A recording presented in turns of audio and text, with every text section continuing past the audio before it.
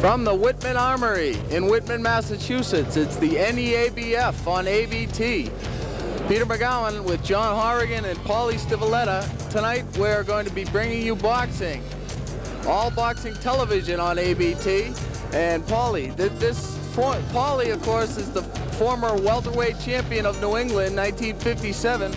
We're in for some good fights tonight. Yes, it looks that way. I see a lot of great fighters coming in, and we'll see them in the trunks in just a few moments, I guess, and get a better look at them. Sure will. This is exciting. This is groundbreaking material coming at you from ABT. We're ready to go here from the Whitman Armory, and we'll be right back. So coming up is a semifinal match between Frank Shea of the South Boston Somerville Boxing Club and Ed McAloney from Round 1 Boxing Club. Now the winner will fight on December 7th, and they will take on, I believe, Lenny Silva. So we'll be right back with that right after this. Fighting out of the red corner, it's going to be Frank Shea. Fighting out of the blue corner, it's going to be Ed McAloney. McAloney with the black shirt and the no trim. Frank Shea has the red trim on his boxing trunks. Paulie, this looks like it's going to be a battle at the 132-pound weight class. Frank Shea is fighting out of the South Boston Somerville gym. Ed McAloney is fighting out of Round 1 Boxing Club. And they're gazing at each other, and if looks could kill, neither one would be around too long. Oh, and a couple of big right hands landed by, combinations landed by Shea in there. Shea and McAloney. It's just a free-for-all in the middle of the ring. Yep, like I've been saying all along, at these championship fights, we're seeing some great action tonight. There hasn't been a fight tonight that wasn't a championship fight all the way down. Every fight has been a championship fight, and they all fought like champions. And we're seeing another one right now. And it looks like Frank Shea and Ed McAloney. This is a big battle here, Paulie, for the 132-pound semifinal. These two aren't giving an inch either way. Frank Shea and Ed McAloney. This is some great action down here, Paulie. Shea trying to press the fight, but McAloney not giving an inch. No, this fight is pretty well even. Both boys have thrown a lot of leather. Nobody's really hurt anybody there yet, but they're sizing each other up and looking for the spots for the next round coming up, where their targets are, where your opponent is weak. That's what the both fighters are looking at right now. Like you say, though, not many punches have been landing. These 2-minute rounds in the NEABF go very quickly, of course, and you don't have much time to feel your opponent out. So now they're starting to throw some punches, and some are landing. Yep, that was a great left hook by McAloney. He threw a good left hook in there, but it didn't do any damage. As you notice, fighters are doing a very good job there. They're starting to open up now, and he's getting some good solid punches in there. The referee letting them fight. Excuse me, sorry. Frank Shea, though, coming at him back with the left. He's going right at him. Referee in there is doing a great job in this fight. Herb Weisblom was a great little amateur fighter and trained me for a while when I was fighting professional. He's a great referee, and he was a great amateur boxer himself.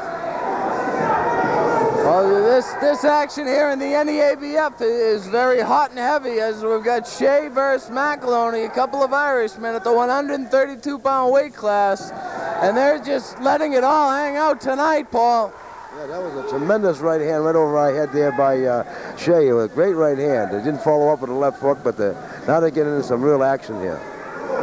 Two great fighters. It looked like tonight's been one heck of a night. They all look like champions, all of them. All great fights tonight. Frank Shea really dancing around that ring, kind of keeping McAloney guessing out there. Yeah, that's the name of the game, is to keep your opponent thinking all the time. If you don't get a beautiful left hook again by McAloney. Oh, there was a right hand after the bell was ran by Shea. Those punches count, actually, when you're in the corner, but some heavy action. They were really whipping it up here at the Whitman National Guard Armory in Whitman, Massachusetts.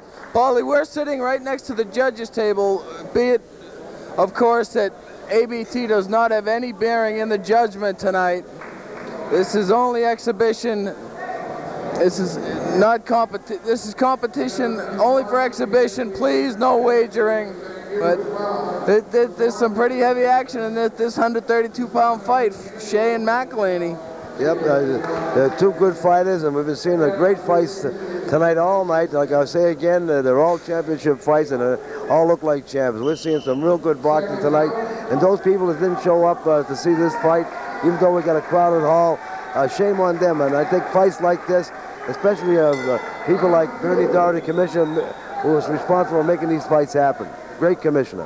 Yes, sirree. You see it on ABT, All Boxing Television. A big right hand landed by Shea. McAloney looks like he's not affected, though. He's coming right back. Now it's in the corner. Shea going right after McAloney. McAloney trying to turn his way out. He lands a right hand to the chin of Shea. There's some good punches thrown there by both fighters, Shea and McAloney. And the great landing punches. There's a beautiful left hook by Shea. Great leg hook. But both boys are taking those punches well and showing no signs of tiring yet or anyone hurt there. Some busy fights, busy action going on down here in the 132-pound weight class. These two really want this thing bad, Paul. They're going for the pot of gold down here, it looks like. Well, the pot of gold or the end of that rainbow, whatever you want to call it. But this title means a big thing to these kids, and winning is everything, you know. And they're going to see some great fights with these boys tonight, and we're seeing it all night long. We're seeing it right now.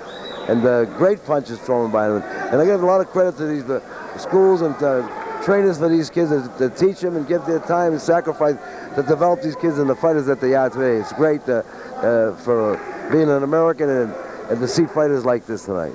Yes, sirree. God bless America on ABT. This is a great fight here, and great fight action here in the NEABF.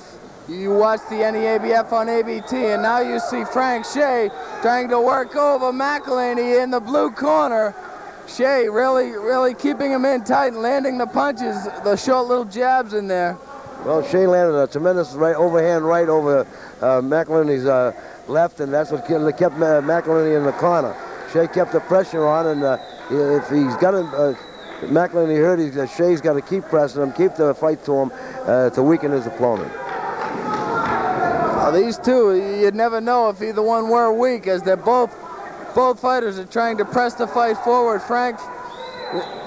Shea's trying to get in there and keep the fight pressing against McAloney. McAloney looks like he's fighting an uphill battle as we speak.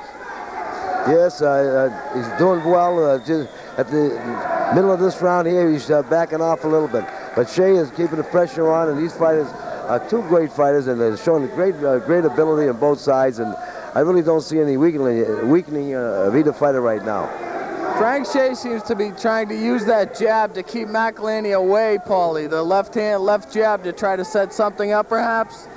Well, that's what the left hand's for. Without a good left, you can't set up any punches or combinations. And if you got a good left hand can really win a whole fight. That's all you really need. And left seems to be landing for Frank Shea. Oh, and they got him coming in, but that was after the bell. There's two hot, heavy rounds of action here from the Whitman National Guard Armory in Whitman, Massachusetts.